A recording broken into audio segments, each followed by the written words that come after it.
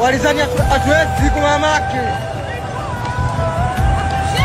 Chama!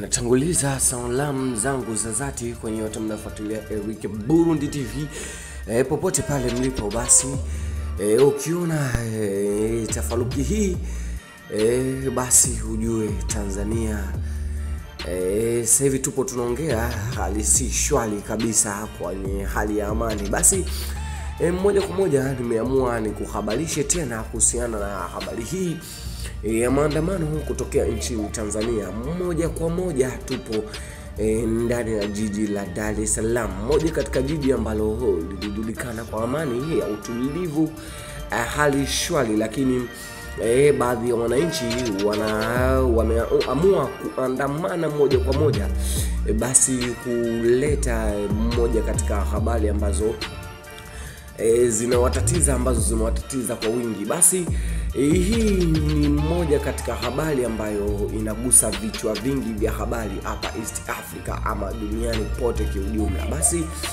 imekuwa ni hali ambayo watu wengi hawakutarajia kuona, hususan kwamba Tanzania ilikuwa ni nchi ya amani tangu Tanzania iwepo. Hii ni moja katika history ambayo imeshangaza watu wengi sana. Basi ikionekana ni kuvunjika kwa amani sana, basi kwa hali ambayo si shwari sana. Basi mwewe kama mtazamaji wa Eric Burundi TV ama mtazamaji hasa wa habari ambazo huwa tunawapatia, wewe unaona ni tatizo gani hasa ambalo unaona Tanzania itakalo kuja kuingia? Basi watu wengi ama kupitia kwenye vichwa vingi vya habari wanasema kwamba Tanzania inakuja kushuka kiuchumi kutokana na haya maandamano. Je, waandamanaji wataweza kubadili haya ambayo yanayotokea ama itakuwa kama Kenya? Maana hata Kenya wao wapo kwenye maandamano takriban siku nyingi, lakini hakuna solution yoyote ya mabadiliko ambao washawahi kutokea. Basi mmoja kama wewe mtazamaji ama mmoja kwa mfuatiliaji wa habari